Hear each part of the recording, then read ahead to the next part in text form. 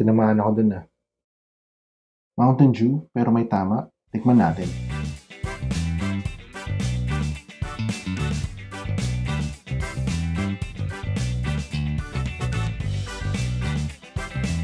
Hello and welcome back sa Active Player Productions. Ako si Aris. Bumalik tayo nung nagsimula ako dito sa channel. Tikman natin yung mga bagong inumin na available sa mga grocery na merong tama. Umpisahan natin sa Mountain Dew. Bago tayo magsimula, isang paalala, drink responsibly. Okay, so simulan natin sa original flavor ng Mountain Dew. Medyo hard Mountain Dew. So, yung green, kung makikita nyo, ito ay may 5% alcohol per volume. Let's see some ingredients. Walang sinabi kung anong klaseng alcohol yung nakalagay. Ang sabi lang is carbonated water, alcohol, acidity regulator, and sweeteners and whatever.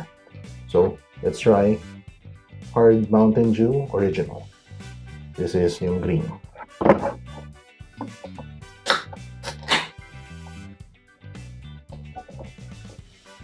Cheers.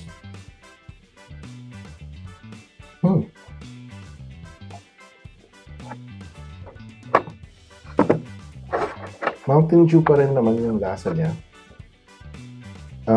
Hindi gaanong katamis.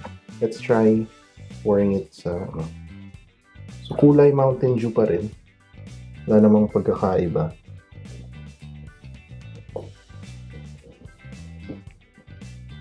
Medyo may konting pait na hindi mo malalasaan sa original na Mountain Dew. Ito, hindi naman amoy alcohol. Suabe lang. Wala naman masyadong sabit or hindi siya ganun kalakas. Masarap. May konting aftertaste. Hindi siya ganun katamis, pero hindi mo lasa yung alcohol. Let's go to the next one.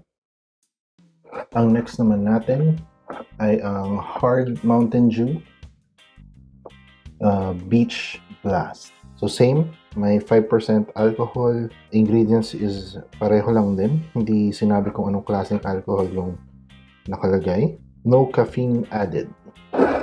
Pareho nung original. So, tropical fruits yung flavor niya. So citrus flavored drink yung original, which is or pareho lang nung original talaga na walang, nung hindi hard na Mountain Dew. So subukan natin tong Hard Mountain Dew Beach Blast.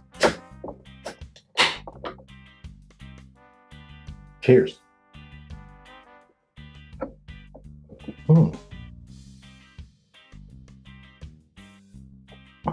Yeah, para siyang punch. Para siyang iba ang kulay niya. May pagka-blue. Siguro dahil Beach Blast.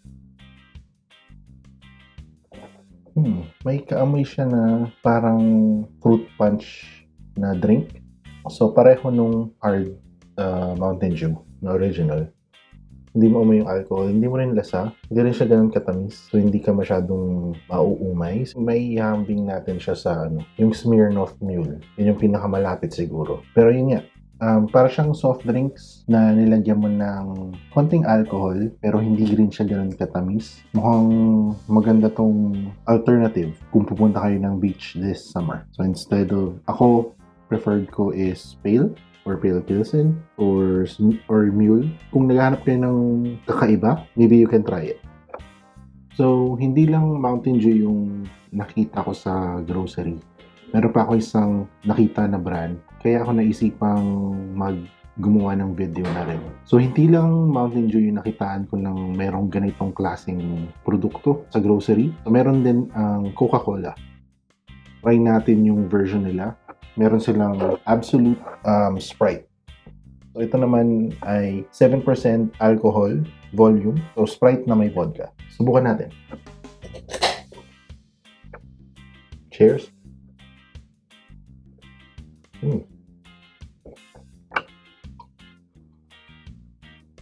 Okay?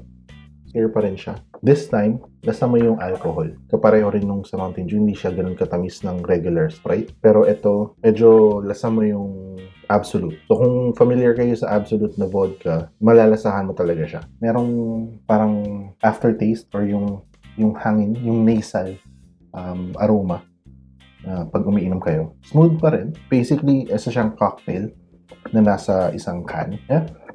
Tastes good. Try natin yung next. Next naman natin is yung Coca-Cola at yung Jack Daniel's cocktail. So, ito siya. Jack Daniel's Coca-Cola Premium Cocktail. So, 7% volume alcohol din siya. Nakamix na siya kagad. Try natin. Cheers!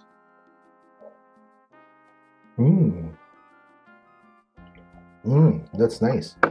Normally, hindi ko gusto ang Jack. Hindi ako fan ng whiskey, but ito siya, darker siya sa regular na Coke. May konting amoy din ng whiskey.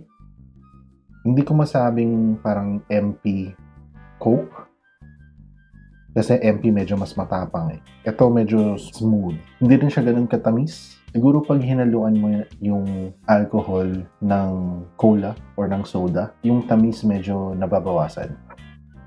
Masarap din siya. So far, ang preferred ko is yung original hard Mountain Dew, yung green, tsaka ito. Hindi ko gusto madalas ang whiskey, pero ito, very good. Meron pa tayong subukang isa. Ito naman yung zero sugar na Coca-Cola, pero Jack Daniel's din. Let's try.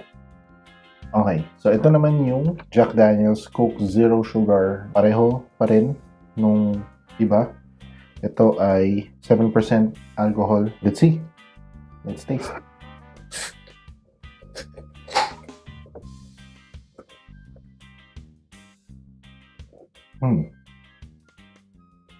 Parang wala naman siya masyadong pagkakaiba.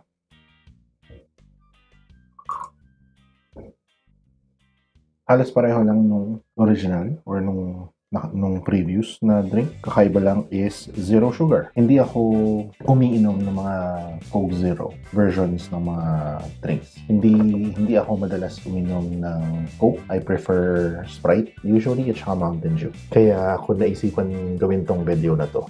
Kasi interested ako tikman yung versions ng Mountain Dew at nung Sprite. Pero ito, it's the same. Mas gusto ko pa rin yung hindi zero. Lasa mo pa rin yung whiskey or yung Jack dito, kung familiar ka. Para siyang MP. Pero I know it's a brandy, pero nandun yung or halos kapareho nung lasa niya. Kung madalas kayong mag-MP Coke, siguro may enjoy niyo ito.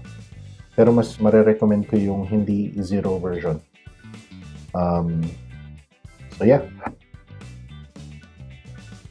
So, what do I think? Lahat nung tinikman natin is available sa mga groceries. Nagre-range siya sa I think 50 pesos to 70 pesos or 75. Ganun yung range niya. Mas mura yung Mountain Dew kesa sa yung Coke and the Sprite versions. Makikita mo siya sa alcohol section ng mga groceries or kung nasa 7-Eleven kayo is nandun siya nakahilera sa mga beers. So kung naghahanap kayo ng alternative na inumin this summer, pwede nyo i-consider itong mga tinikman natin today. Okay, so katapos lang natin tikman lahat ng to. What I would recommend is this one. If you like the taste or kung gusto niyo yung lasa ng original na Mountain Dew, I would recommend this. Otherwise, you can try this as well. Hindi ko siya ganun ka gusto.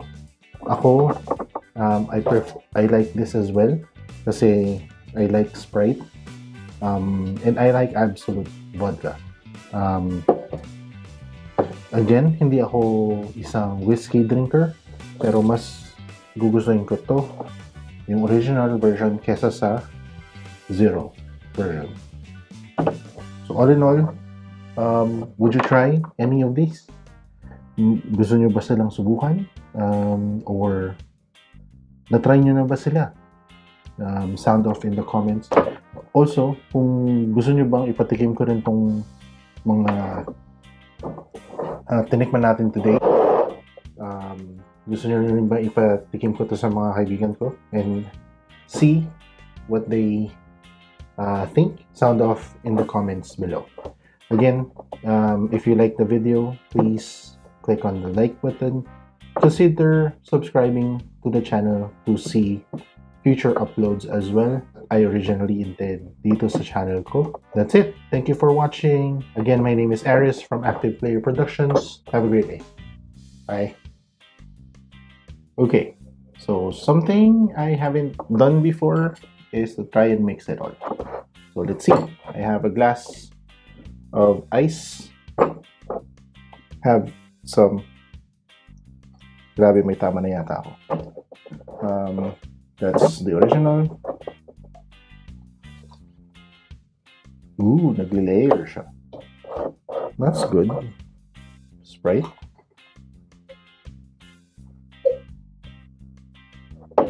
And then yung Coke.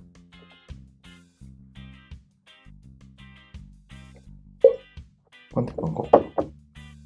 And then yung Coke Zero. Let's see if this tastes. Good luck to me. Let's try.